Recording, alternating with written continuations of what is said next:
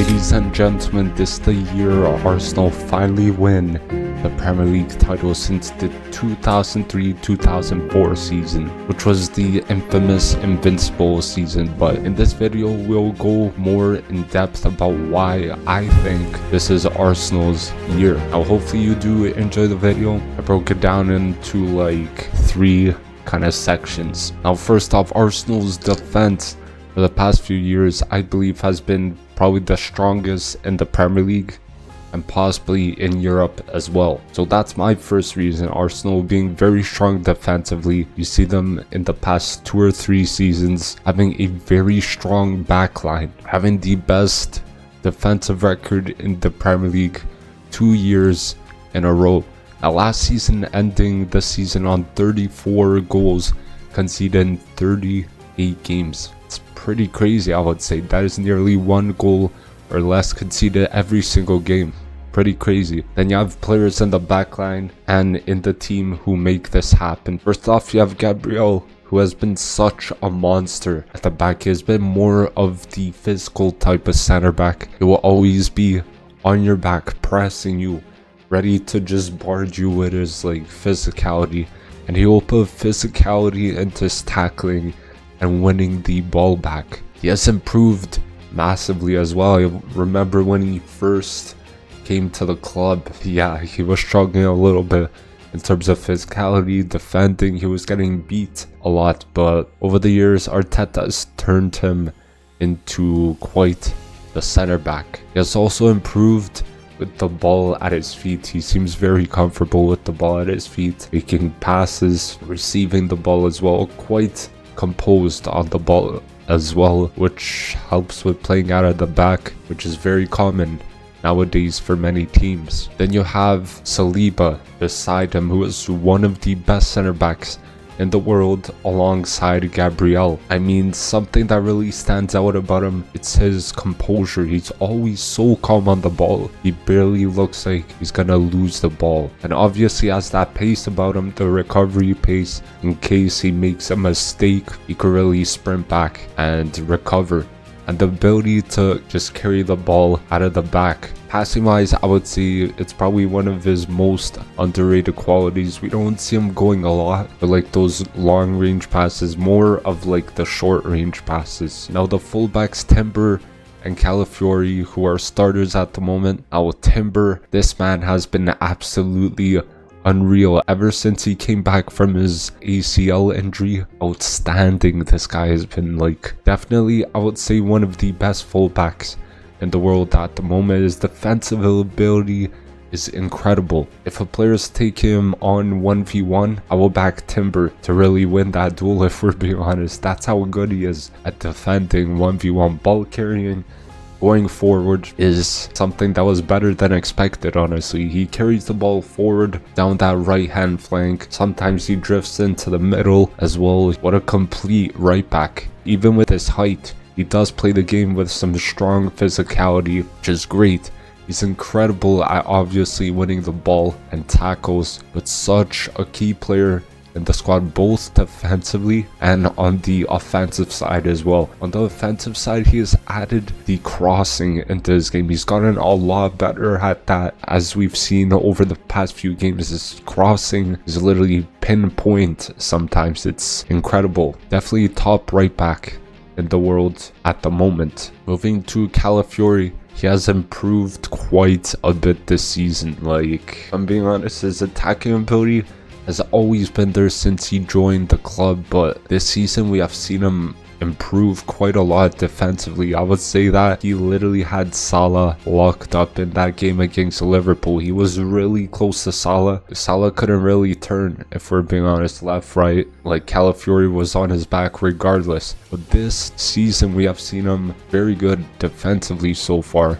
Maybe a few mistakes here and there, but something that really helps is when he shifts into the midfield and he inverts. He really brings the ball forward. His ball carrying is truly one of his standout qualities, and he helps out the team massively as well with that ball carrying he does chip in with goals from time to time as well. We also have players like Miles Lewis Skelly, Mosquera, Ben White, and Nakape who are in there. Lewis Skelly, I mean, we haven't really seen him play this season so far, but he's very good at just shielding the ball and drawing fouls, even just driving forward, as we saw, I think, against Real Madrid last season.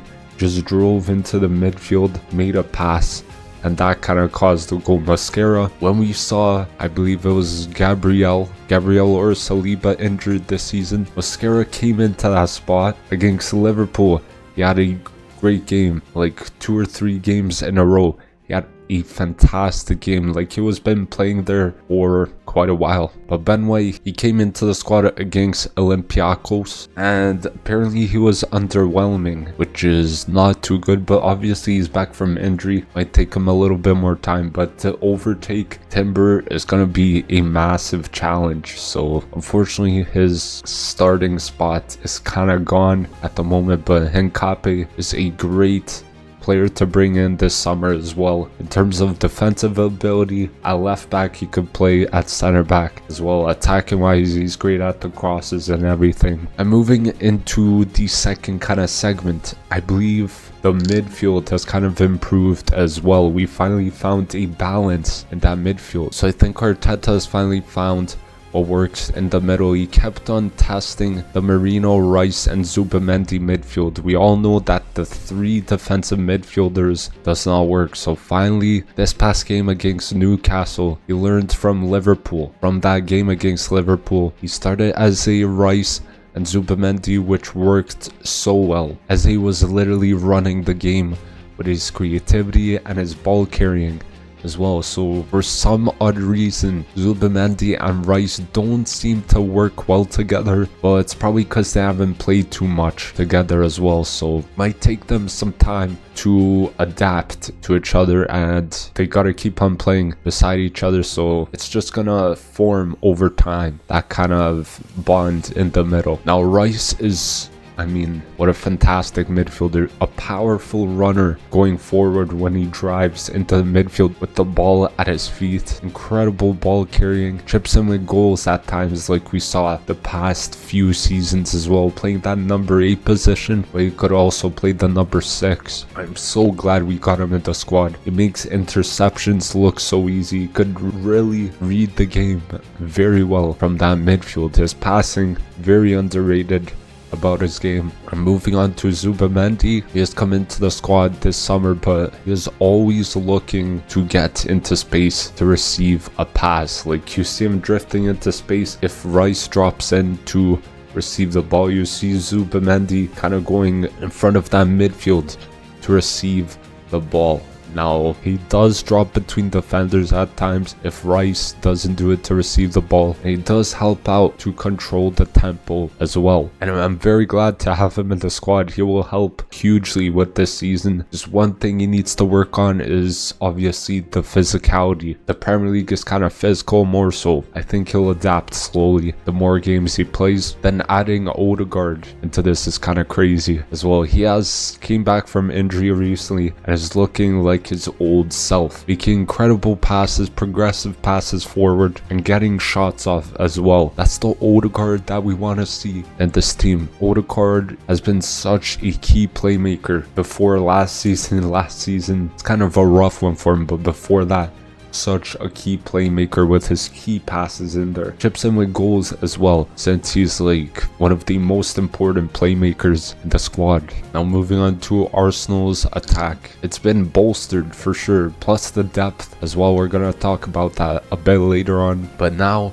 the attack was something that needed to change. We had to bring in players this summer, and we did that. We brought in Eze, Gyökeres, and Madueke. So those 3 additions are huge into the squad. Most definitely they're gonna help us win this title. So let's get started off with Eze, who seems like a amazing addition. Is that type of maverick player we need in that team.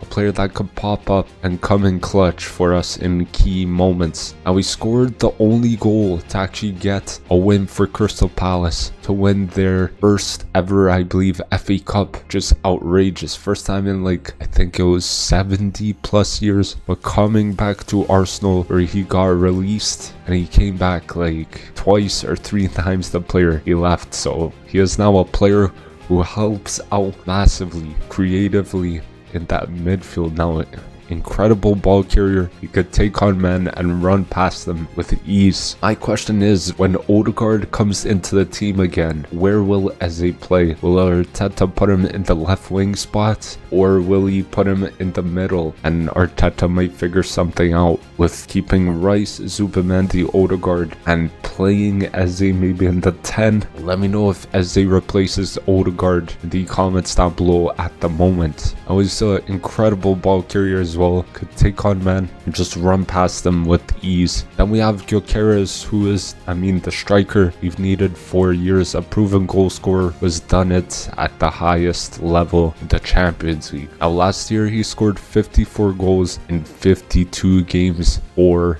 Sporting. That's unbelievable. He ended off the year winning the top goal scorer award at the Ballon d'Or ceremony. So yeah, that's my striker right there. But coming to Arsenal is a massive move for him and the club. So far he has 6 games played and 3 goals scored, which is pretty decent. He is improving every game in terms of his hold-up play, getting him behind, adapting into the squad as well. It's gonna take him a little bit more time, but every single game we see him getting better and better. So eventually those goals will be coming, and oh my, you might end the season on like 15 or 20 goals, maybe even more than that. Moving on to Madueke, he has been amazing in Saka's injury absence. A different winger we're normally used to, but it's more of a winger who likes to take on his man just directly, like constantly running at his defender, trying to beat his man. But Madueke was the player getting a lot of the ball when he was playing, when Saka was out for a bit of time. Now chipping in with goals and involvements as well. He was super key in that team. They were just passing the ball constantly to him, and he was just constantly trying to make something happen.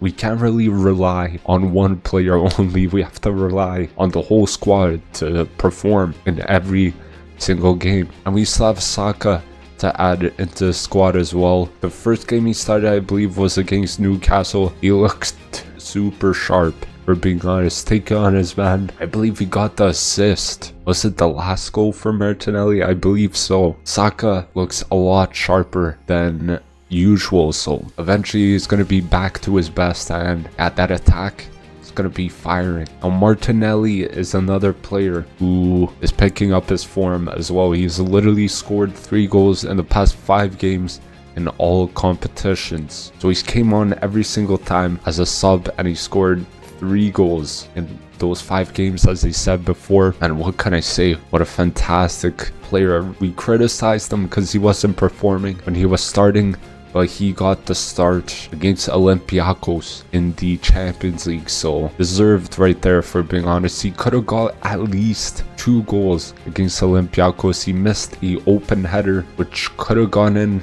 Unfortunate from him, but what can you do? But he's improving. That competition, bringing competition into the squad, has really made Martinelli rise to the occasion. Now Arsenal's depth this season, I think, is a real reason I think they will win this title, because check it out. Saka was injured, we had Madueke come into there. Saliba was injured, and we had Mosquera come into there. If Martinelli's injured, we could bring in Eze into there. If Eze injured, we have Trossard. Midfield, if Rice is injured, we could bring Zubimendi into there if he isn't starting. If Zubimendi is in there, we have a replacement for him. Like, the depth is actually something that we needed coming into the season, and I think that will be the difference maker for us in this season. So let me know in the comments down below if you think this is Arsenal's season to win the Premier League. And thank you guys for watching. Hopefully you did enjoy the video. Don't forget to drop a like, comment down below. Do you think Arsenal will win the league this season? Now, apologies if I'm a little bit sick, but we push through. Don't forget to subscribe as well, and I'll see you guys in the next video. Peace.